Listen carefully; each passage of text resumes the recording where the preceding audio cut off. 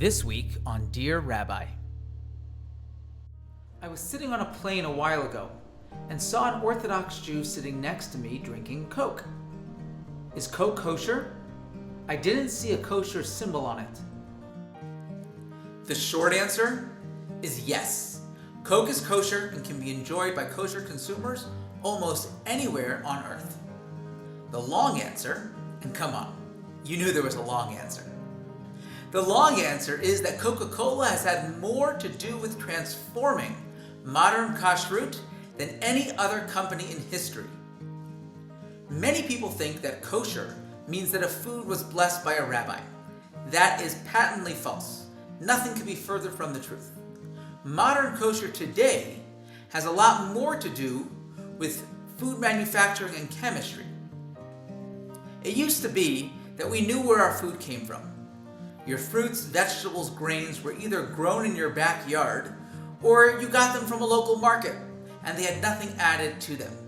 You would bring the chicken that you raised yourself to the local shochet, who would ritually slaughter the animal, prepare it properly, and give it back to you. So you knew exactly what you were eating. Today, food manufacturers put all kinds of things into our food in order to retain its freshness, to add color and flavoring, and honestly, we have no idea what goes into our food. Therefore, today, we have to make sure that the food that we're eating doesn't have any additives that are not kosher. That's where Coca-Cola comes in. In the early 1900s, as more and more Jewish immigrants began coming to American shores, they began drinking Coke. After all, what could be more American than drinking Coke? The problem is, we didn't really know if Coke was actually kosher. Many people just made the assumption and assumed it's a drink. What could possibly be unkosher in a drink?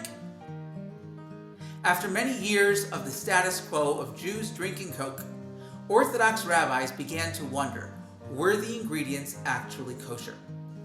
And then in 1925, a rabbi from Pittsburgh reached out to Rabbi Geffen of Atlanta. He asked him, since you live in Atlanta and you're the closest to the Coke factory, can you find out if the ingredients in Coke are actually kosher? Through much divine providence and some good old Jewish connections, Rabbi Geffen connected with executives at Coca-Cola, who after much discussion agreed to allow Rabbi Geffen to be one of the only people in the world to know the secret formula of Coca-Cola.